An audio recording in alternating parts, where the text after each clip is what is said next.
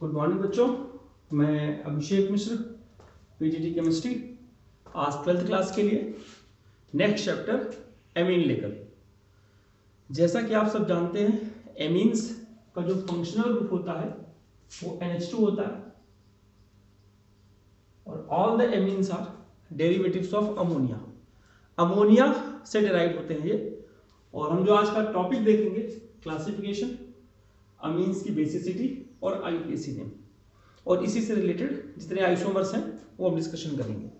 Preparation और properties next class में देखेंगे। शुरुआत करते हैं क्लासिफिकेशन से। अगर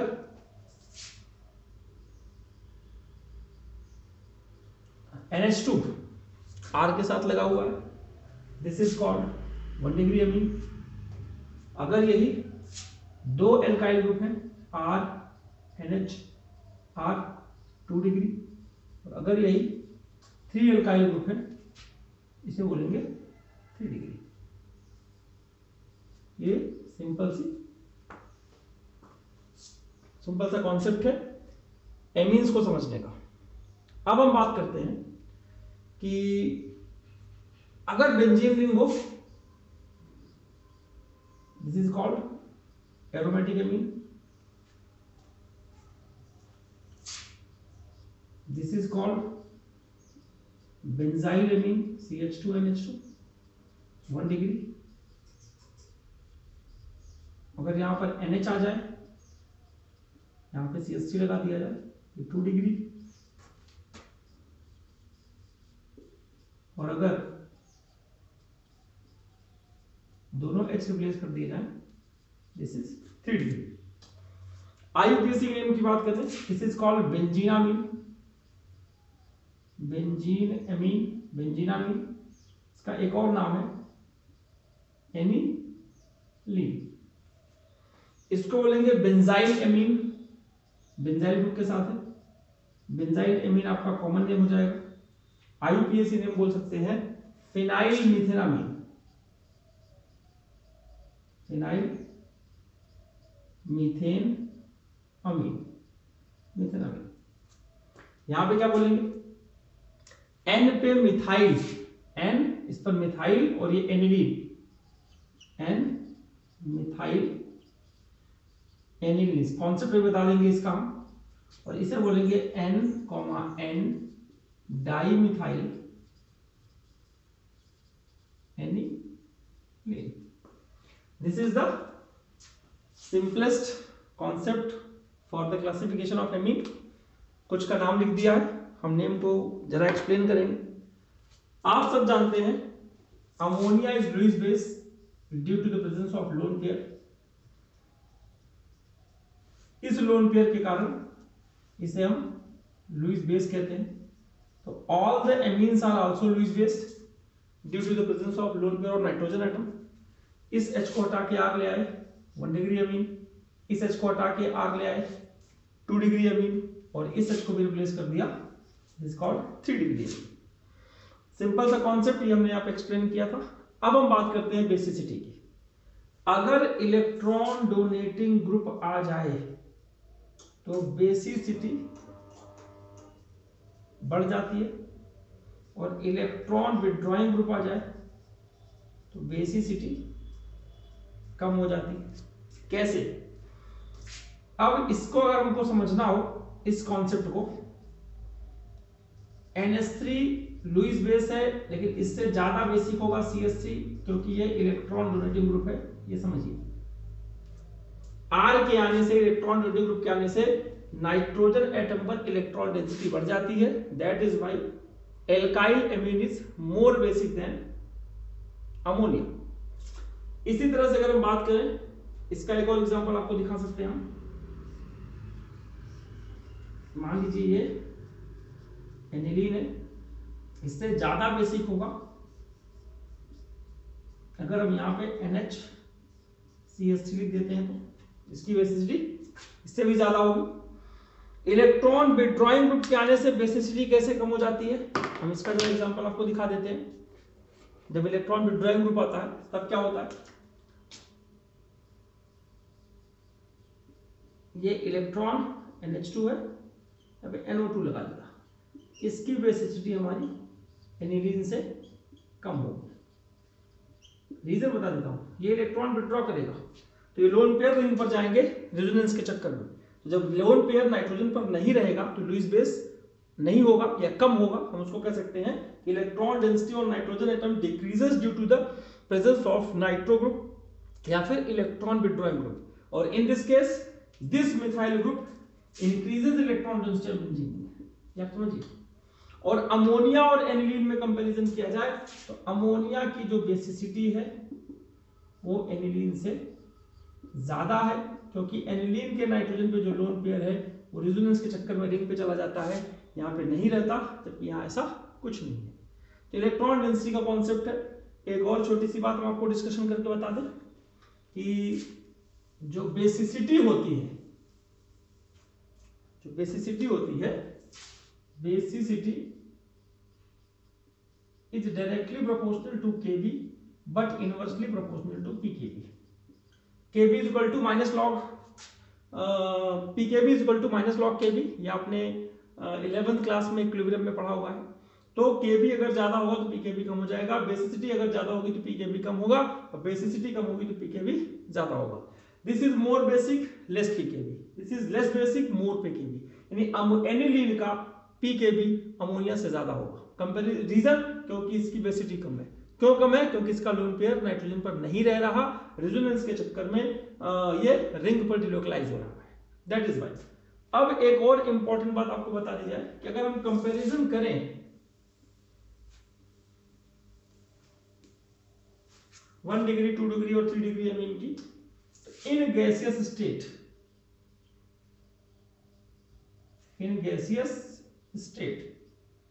3 डिग्री एमीन ज्यादा बेसिक होता है, एल्काइल ग्रुप ज्यादा है, 2 डिग्री एमीन कम होंगे, 1 डिग्री एमीन और कम होगा, अमोनिया सबसे कम होगा, और अमोनिया से कम आपका एरोमेटिक आ जाएगा, एरोमेटिक। समझिएगा, उसका डिस्कशन हम फिर से कर लेंगे। यानी अभी हमारा मेन कॉन्सेप्ट इन तीनों पर कंसंट्रेट करना है। क्यों बता रहे हैं? अगर वो गैसेस स्टेट नहीं है, एक्वस सॉल्यूशन,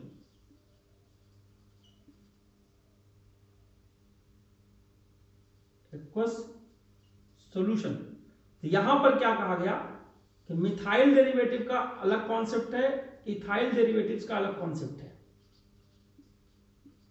यानी R इज इक्वल टू यहां पर C2H5, तो क्या होगा 2 डिग्री सबसे ज्यादा, फिर 3 डिग्री, फिर 1 डिग्री, फिर अमोनिया। ध्यान रखिएगा उससे कम एरोमेटिक।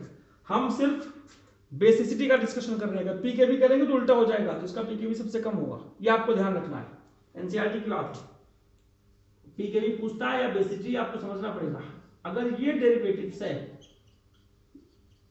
तो क्या करते हैं 2 डिग्री, फिर 1 डिग्री, फिर 3 डिग्री, फिर NC।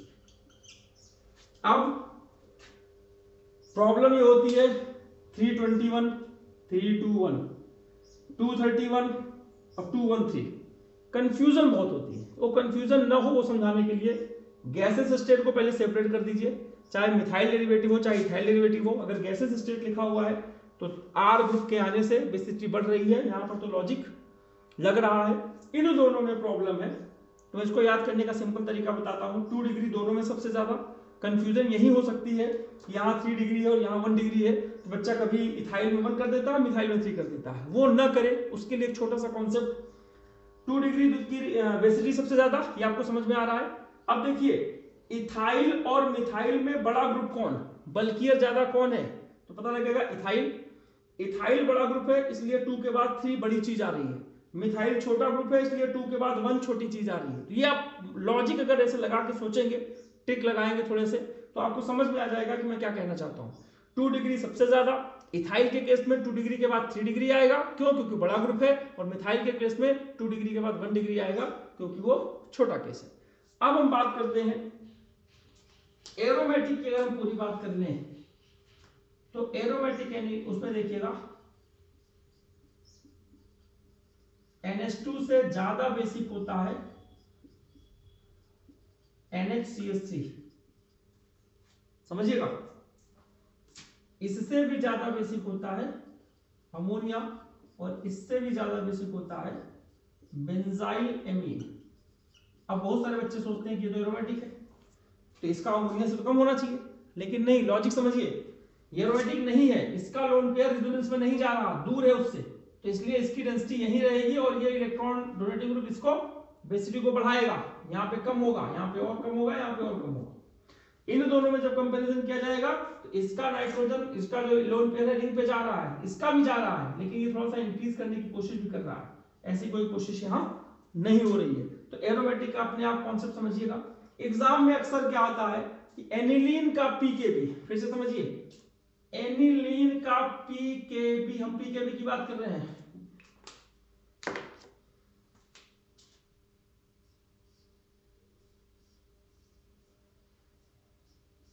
एनिलीन का पीकेबी ज्यादा होता है मिथाइल एमीन से, ये पीकेबी है। क्यों? क्यों आपको क्या लिखना है? क्योंकि ये लेस बेसिक है, क्योंकि अमीन लेस बेसिक है इसलिए पीकेबी ज्यादा है। क्यों लेस बेसिक है? Due to the presence of lone pair basicity, due to the presence of delocalization of lone pair present on nitrogen atom, basicity of aniline is less than that of methylamine, that is why it has greater pKb value। तो मुझे उम्मीद है कि मैंने ऐसी बातें आज बता दी है कि आप देखिएगा कि हर साल के क्वेश्चन में कुछ ना कुछ बेसिसिटी से आ जाता है कि इसको ऑर्डर बता दीजिए, नहीं बेसिसिटी का ऑर्डर आएगा तो कहेगा चलो आप पीकेबी का ऑर्डर बता दीजिए, तो कुछ ना कुछ एग्जाम में इससे रिलेटेड बात रहती है। और अब हम बात कर लेते हैं जरा लास्ट में आईयूपीएसी नेम की। आईयूपीएसी नेम का क्या कॉन्सेप्ट है वो जरा समझ लीजिए, उससे रिलेटेड क्या क्या आइसोमर आप देख सकते हैं। बेसिसिटी पहले कराने का यही रीजन था कि जरा सा आपको समझ में आए कि एमीन जो मेन चैप्टर है अपने बेसिसिटी के लिए जाना जाता है, क्योंकि उस पर लोन पेयर प्रेजेंट होता है। कहां प्रेजेंट होता है? ऑन द नाइट्रोजन एटम, ये आपको समझना। अगर हम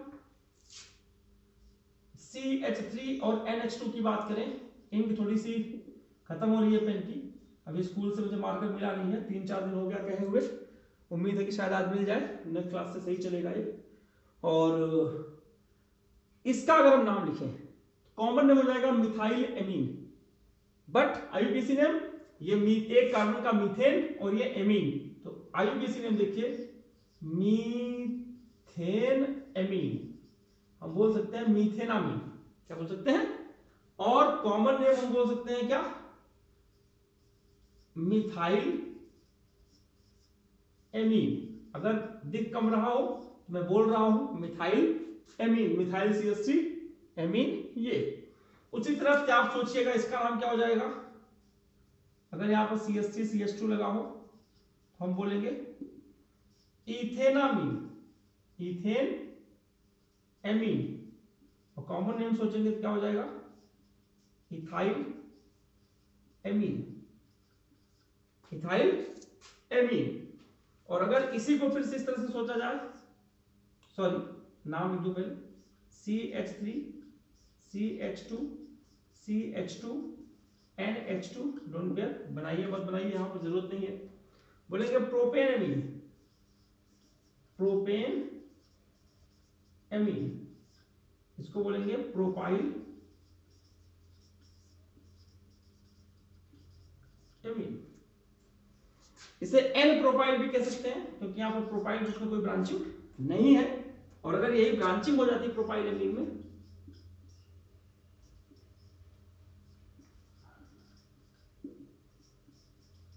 तो बोलते हैं 1 2 3 प्रोपेन 2 एमीन, प्रोपेन 2 एमीन, या फिर इसे बोल सकते थे आइसोप्रोपाइल एमीन। ये आइसोप्रोपाइल एमीन, ये वाला ग्रुप जो आपका है इसको आइसोप्रोपाइल कहते हैं, ये 11th क्लास में आपको समझा चुका हूं। इसी तरह से अगर हम नाम सोचें,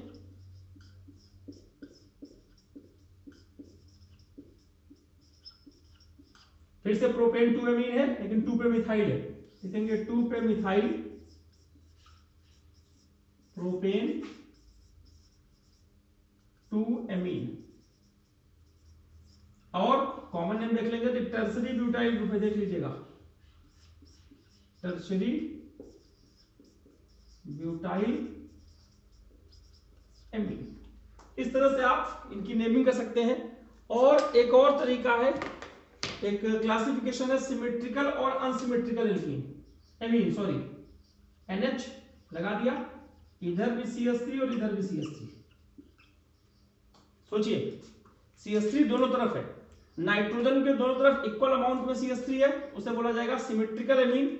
अब यहाँ N पे कम वाले को हम एल्काइल बोलते हैं, फिलहाल यहाँ कम कोई नहीं है, हम बोलेंगे N पे मिथाइल और मिथेनामीन। क्या बोलेंगे? N पे मिथाइल मिथेनामीन, N पे मिथाइल मिथेनामीन। अब इसी तरह दोनों तरफ अगर C2H5 लगा हुआ हो, अच्छा कॉमन नेम इसका क्या बोलेंगे? Di methyl amine. ध्यान रखिएगा, इसका कॉमन नेम क्या हो जाएगा? Di ethyl amine. और वैसे आईटीसी नेम क्या हो जाएगा? N पे इथाइल इथेनामीन। अब अगर बेंजीन रिंग लगा हो तो कॉमन नेम क्या हो जाएगा? N पे फिनाइल एनिलीन, N पे फिनाइल एनिलीन।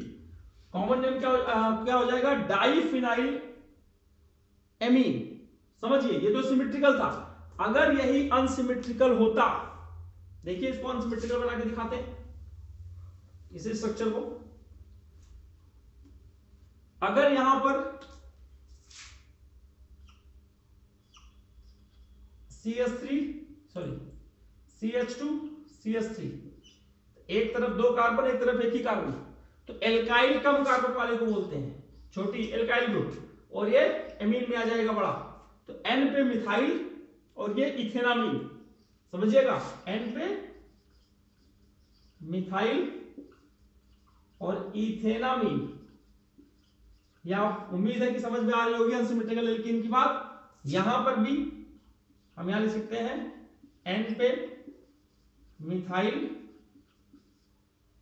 और ये तो सेम हो जाएगा करेंगे तो इसको भी हटा के हमने यहां पे CH3 लगा दिया, तो क्या हो जाएगा?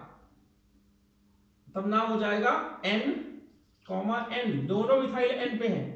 N कितने मिथाइल है? Di methyl, N di methyl. और ये लंबी सी चेन किसकी है? इथेनामीन की, इथेनामीन। उम्मीद है कि बात समझ में आ रही होगी। मैंने कहा इंक कम चल रही है, लेकिन नाम समझिए N, ये दोनों मिथाइल N पे है, तो N डाई मिथाइल भी बोलना है, मिथाइल की पोजीशन भी बतानी है। और इथेनामीन क्यों? क्योंकि लंबी चेन बड़े वाले अमीन को रिप्रेजेंट करती है। ये ध्यान से देखिएगा, तो ये 2 डिग्री अमीन है, ये 3 डिग्री अमीन है, क्योंकि यहाँ पर कोई H नहीं है, सारे एल्काइल ग्रुप इस पे लगे हुए हैं। ये 1 डिग्री था, ये आपका 1 डिग्री है, ये 1 डिग्री है, ये सब आपके 1 डिग्री अमीन है। और इन्हीं बातों में से हम निकाल के ला सकते हैं कि आइसोमर कैसे देखेंगे, वो हम आपको बता देते हैं। एक बार एक आइसोमर हम समझा देते हैं, एक आप करके देखिएगा, तो मैं भी आपको बात समझ में आ जाए।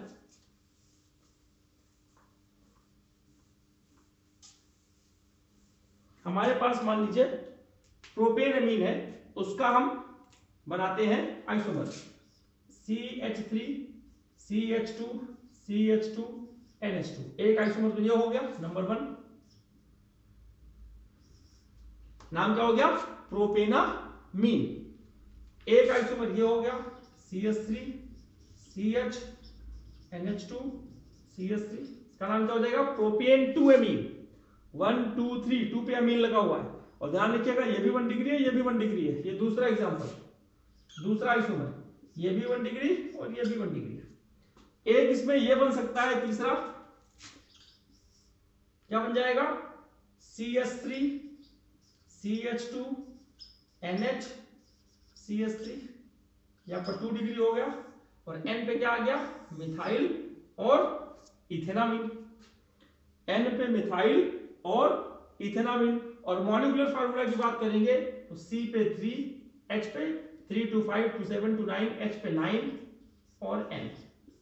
तो ये आप समझ सकते हैं, ये प्रोपेनामीन के आइसोमर है। जहां तक मैं समझ पा रहा हूं, एक और अगर बनाया जा सकता है इसका,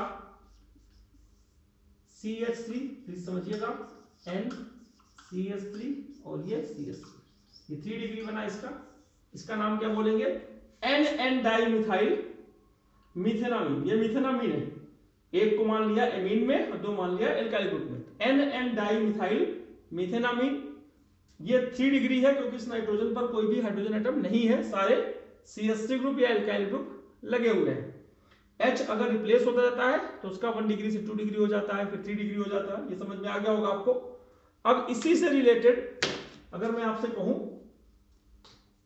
तो C4H11N, ये आपका ब्यूटेनामीन का है, ब्यूटेन एमीन।